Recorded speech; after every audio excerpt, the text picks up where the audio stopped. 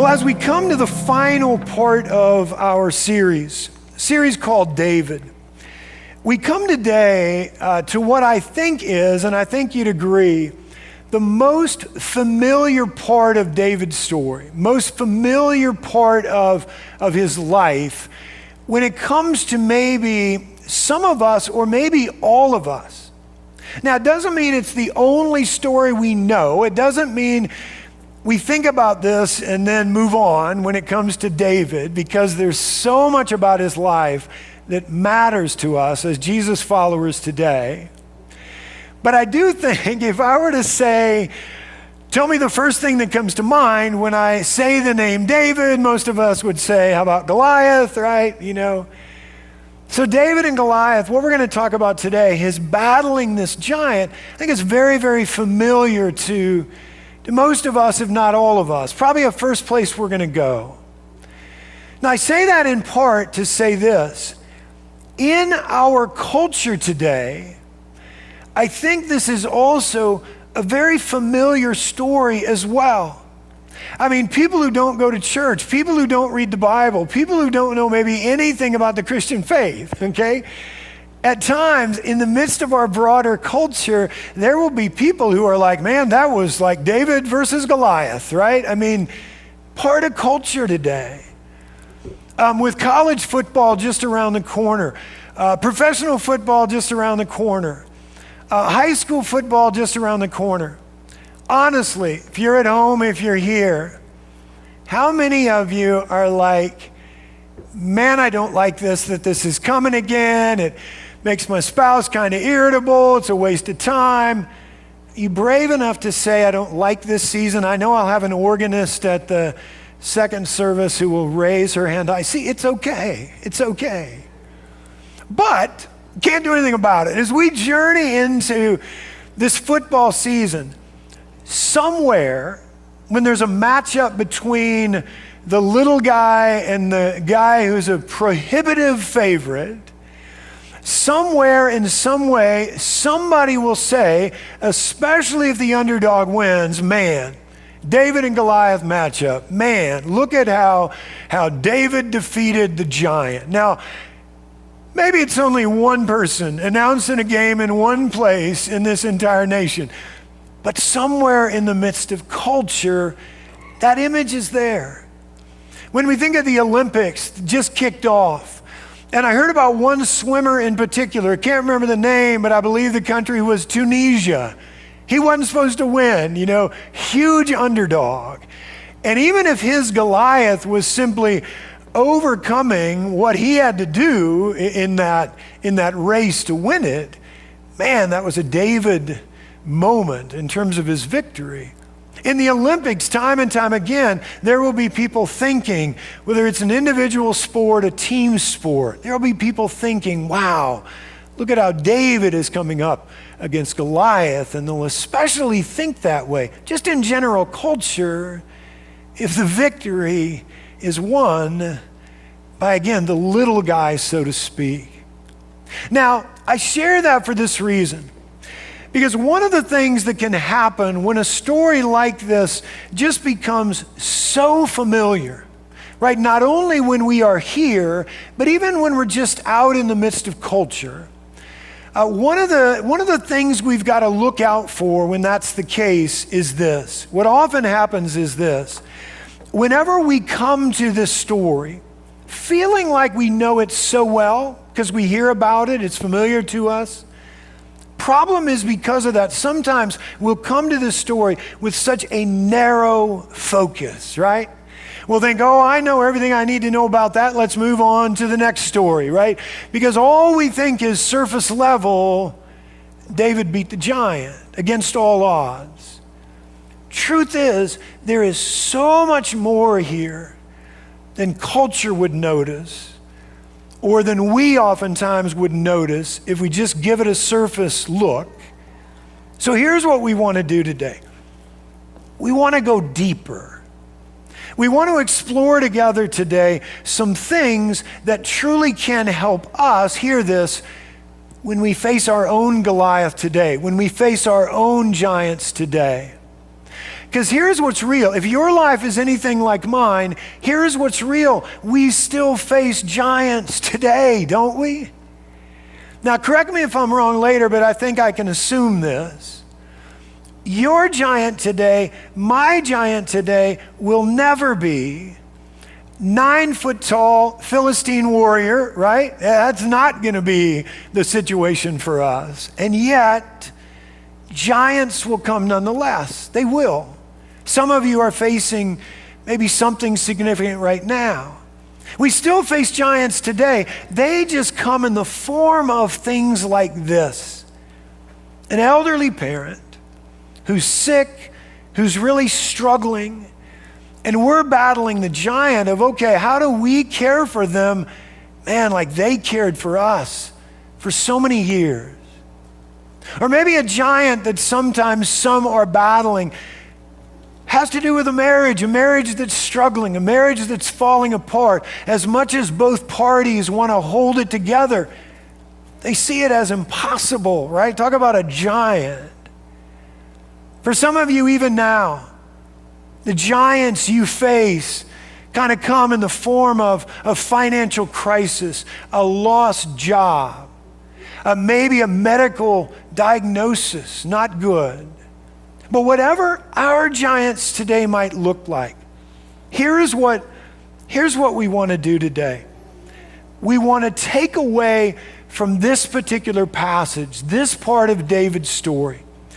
We want to take away from this some very practical things that can help us, again, defeat our giants today. So to do that very thing, we're going to turn to 1 Samuel chapter 17. Any of you want to follow along? If you're here, if you're at home, your phones, your Bibles. 1 Samuel 17, verses 32 through 50. Longer passage, but it'll be very familiar to you, most of it. 1 Samuel chapter 17, we're going to start with verse 32. David said to Saul, "Let no one lose a heart on account of this Philistine. Your servant will go and fight him." Now, we got a lot to still read, but let me give you a bit of what came right before those words from David, okay? I mean, Goliath, for verses prior to this, in chapter 17, he's been taunting the Israelites, taunting the army. They're terrified of him. I mean, they're losing hope every other moment, right? They don't know what to do, Saul included. David is sent to them, you ready? To bring like some bread and cheese, right? I mean, earlier in this, you'll find he's just coming, this young shepherd. He's not coming to do battle. He's coming to simply bring some food to his brothers. Think of dad saying, why don't you go do this? Okay, that's the situation. And yet we end up here with this part of the story, David saying to Saul, "Let no one lose heart on account of the Philistine. Why? Your servant will go and fight him." Saul replied, "You are not able to go out against this Philistine and fight him. You are only a young man, and he has been a warrior from his youth." But David said to Saul, "Your servant has been keeping his father's sheep. When a lion or a bear came and carried off a sheep from the flock, I went after it, struck it, and rescued the sheep from its mouth. When it turned on me, I seized it by its hair, struck it, and killed it. Your servant has killed both the lion and the bear. This uncircumcised Philistine will be like one of them, because he has defied the armies of the living God." And we're going to talk about this in a minute, but as we listen to that, doesn't he sound cocky? Like he's saying, hey, I've done this, I'm good. The next two words mean everything. The Lord. The Lord, the Lord, the Lord who rescued me from the paw of the lion and the paw of the bear. He will rescue me from the hand of this Philistine. Saul said to David, "Go, and the Lord be with you." Then Saul dressed David in his own tunic. He's going to send him out, but now here's what he does. He put a coat of armor on him and a bronze helmet on his head. If this doesn't, in your mind's eye, seem ridiculous, the shepherd trying to take on the weight of this armor, it should. Talk about that in a minute. He put a coat of armor on him and a bronze helmet on his head. David fastened on his sword over the tunic and tried walking around because he was not used to them. I cannot go in these, he said to Saul, because I am not used to them. So he took them off. Then he took his staff in his hand, chose 5 smooth stones from the stream, put them in the pouch of his shepherd's bag, and with his sling in his hand, approached the Philistine. Meanwhile, the Philistine, with his shield bearer in front of him, kept moving closer to David. He looked David over and saw that he was a little more than a boy, glowing with health and handsome, and he despised him. He said to David, "Am I a dog that you come at me with sticks?" And the Philistine cursed David by his gods. "Come here," he said, "and I'll give your flesh to the birds and the wild animals." David said to the Philistine, "You come against me with sword and spear and javelin, but I come against you in the name of the Lord Almighty, the God of the armies of Israel, whom you have defied. This day the Lord will deliver you into my hands, and I'll strike you down and cut off your head. This very day I will give the carcasses of the Philistine army to the birds and the wild animals, and the whole world will know that there is a God in Israel. All those gathered here will know that it is not by sword or spear that the Lord saves, for the battle is the Lord's, and he will give all of you into our hands." As the Philistine moved closer to attack him, David ran quickly toward the battle line to meet him. Reaching into his bag, taking out a stone, he slung it and struck the Philistine in the head. The stone sank into his forehead, and he fell down on the ground. So David triumphed over the Philistine with a sling and a stone, without a sword in his hand. He struck down the Philistine and killed him. Let us pray. Oh God, we thank you so much for this chance to be with you today. We thank you so much for your holy word.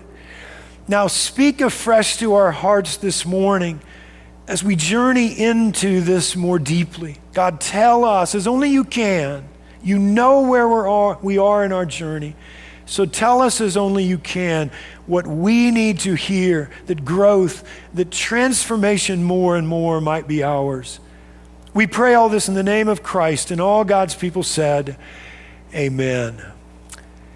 Well, as I said earlier, as familiar as this story is to most of us, if not all of us, there still are some things here, some key elements here that we often miss, or that we often don't look at closely enough. And so today, I want us to consider specifically 3 things that we find here. 3 things that helped David defeat his giant. And I want us to look at these because these are still things today, if we'll embrace them, if we'll claim them, if we'll try to live into them. These are still things today that can help us to defeat the giants that we face. And so let's look at these 3 today. Here's the first. The first thing we find here is this. David was able to be successful against Goliath first and foremost because he understood what we oftentimes forget. Regardless of our courage, regardless of our abilities, regardless of our resourcefulness, whatever it might be, he understood this. We've got to remember it. In the end, his hope's not going to be in him and any of that. In the end, he understood when battling a giant, our hope lies in God and God alone. First key important thought. Our hope never lies in us, in our strength when we battle the giants of life. Our hope always lies in God and God alone. I'm not sure about you, but often when I look at this story, it's been a little while, I turn to it, read it, think about it. Often when I think about this story, initially, I see David as this really cocky young man, right? I mean, he seems to be this young guy who thinks, no giant is too big for me. Seems to be this young guy who's thinking, of course I can do this. I don't know if that's the case for you at times. You think about him and you think, man, maybe he's overconfident, right? If we ever start thinking that way, here's what we've got to notice. In this story, that's not what we find here, right? Shame on Rob. I'm glad I get it eventually. In this story, what we find here is just the opposite. In that here, we find a young man who humbly knows he can't defeat Goliath. At the very same time, he knows God can. Do you see the difference there? Here's a young man who humbly is coming at Goliath, knowing he can't do this. At the very same time, God gives him the courage because he knows who God is. At the very same time, God gives him the courage to be completely confident. You bet he's confident as he moves into this. But not because of any hope he's placing in self, his ability, whatever. He knows his hope lies in God. That's why he's confident. Notice how in verses 32 through 37, when Saul says incredulously to David, in essence, David, you can't do this. You may want to, but you can't do this. And then David responds to that by saying, gosh, I have fought bears, I've fought lions, I've killed them both, so certainly I can face this Philistine. Notice in that moment what David is really saying to Saul. He's really saying this, verse 37, the Lord, remember that? The Lord who rescued me from the paw of the lion, the paw of the bear, the Lord will rescue me from the hand of the Philistine as well. In other words, when David tells the king about his battling a bear, his battling a lion, his point is not, hey, look how good I am. Instead, his point is, Saul, I'm confident in this matter because I'm putting my hope in God. And if you then even add to that some of the things David says initially to Goliath. Initially saying to Goliath in our passage today, not, I know I can take you out. Instead, he says to him, again, referring to God, instead he says to him, verse 46, this day the Lord will deliver you into my hands.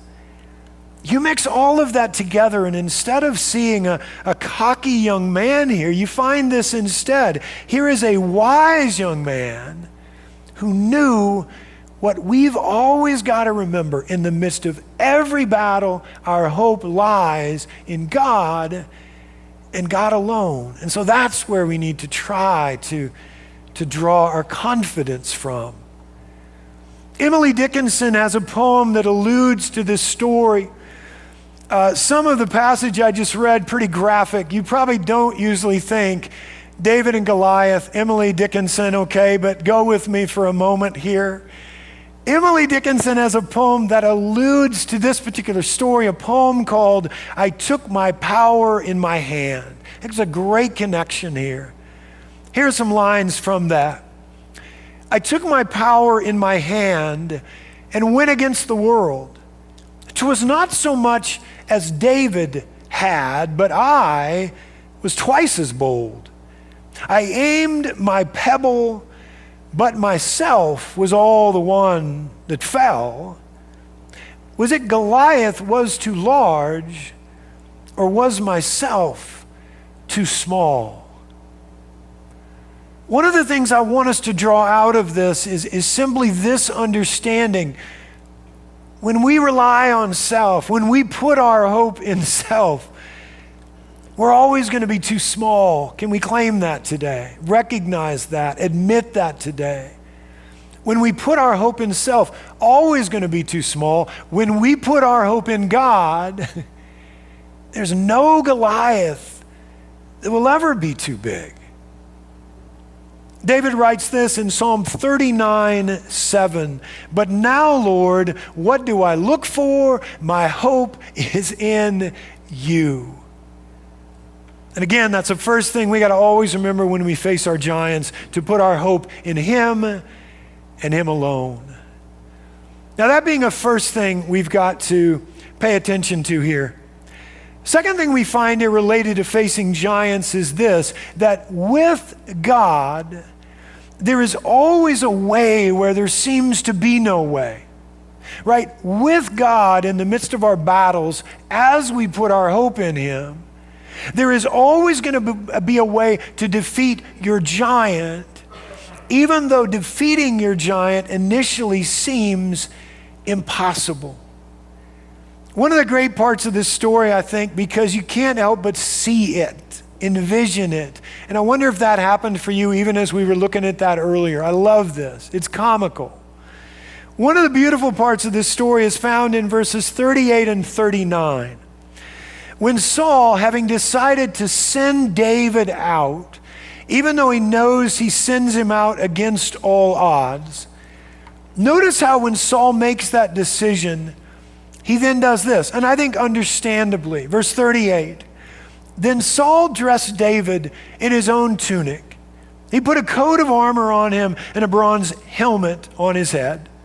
David fastened on his sword over the tunic, I love this, and tried to walk around, right? It's not that he headed into battle and it didn't work, right? He just tried to walk around in whatever dressing room they were in, right? Putting on this armor.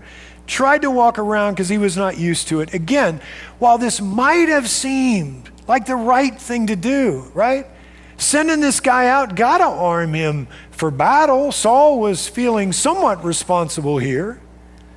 While this seemed like the right approach, and I think we would have been tempted to do the same thing, here's why it wasn't the right approach at all.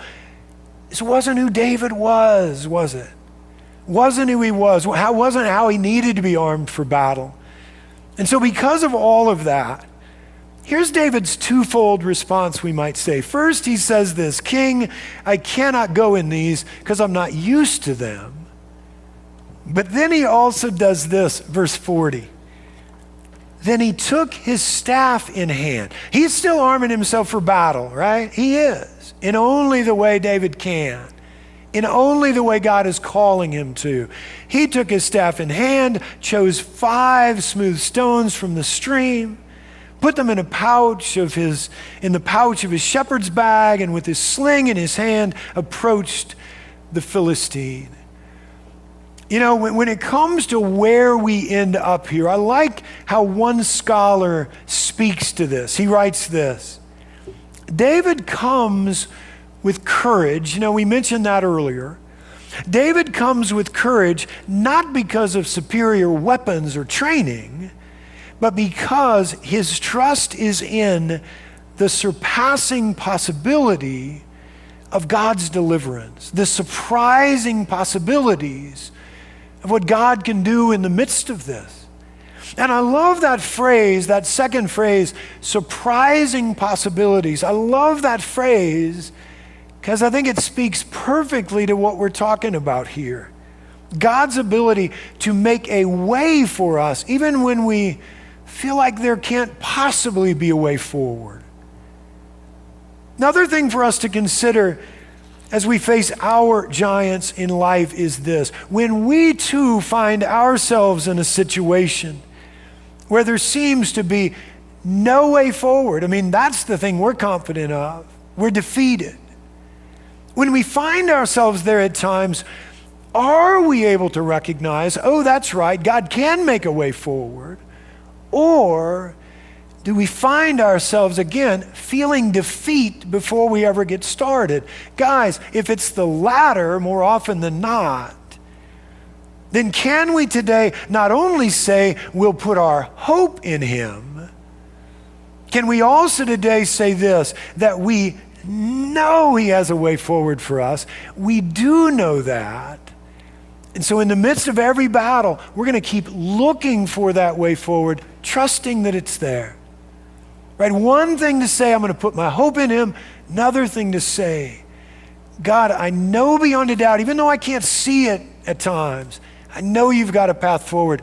I'm going to look for it. And then there's a final thing that we find here when it comes to facing our giants. When it comes to this kind of thing, third thought is this: speech is as important as action. Or maybe let me say it this way. When it comes to facing our giants, lastly, we need to understand this: the words we speak in the midst of battle are as important as the actions that we take. Listen to these words from David. In verse 45, we read this: David said to the Philistine, you come against me with sword and spear and javelin, but I come against you. Think of these words. But I come against you in the name of the Lord Almighty. In other words, in this moment, David is making sure that his focus is not on him, not on his strength, so to speak. Instead, here he is pushing his focus to this: the strength of God, or the strength of the Lord Almighty. And by him pushing the focus there, what does that then naturally lead us to? When the battle is won, God and God alone gets the glory, right? Major part of the battle, not just what goes on during, but when the battle is won, what happens next? God gets the glory. Imagine how different this story would read if, after all the ways David leaned on God, consider how different this story would read if in the end, David still took credit for the victory, right? Guys, even today, when God defeats one of our giants, even today, when God shows us a way through when initially we think it is impossible, there is no way, even today, when we deal with something like that, God helping us in that way, even today, we got to make sure that we push our focus to God. And we need to make sure that we get people focused not on our strength, but on God's strength for this reason. So that those around us, always remember this in life, so that those around us, many who do not know God, many who have no idea that they don't have to fight their battles alone, many who haven't come into contact with the one we praised as we started worship today.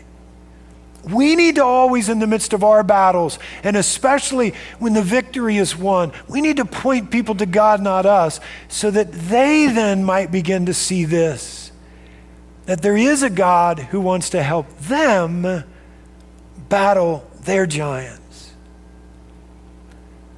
As we close our time today, as we close out this series, let me say this. If today we are inspired by how David goes about defeating his giant, okay? And I didn't say if we're inspired to say he won. I said goes about defeating his giant. Having looked deeper into this, if we are inspired by how he went about this, then may we claim these three things as well. With each battle you face, with the ones you're involved in right now, with the things that you face in your life, things that truly are giants for you. In the midst of all of that, embrace these things today. Always place your hope in God and God alone, not self. Always trust that there is a path forward, even when initially you can't see one. But then always speak in a way in the midst of the battle and beyond. Always speak in a way like David did, that points those who need him most to a God who wants to go to battle with them as well.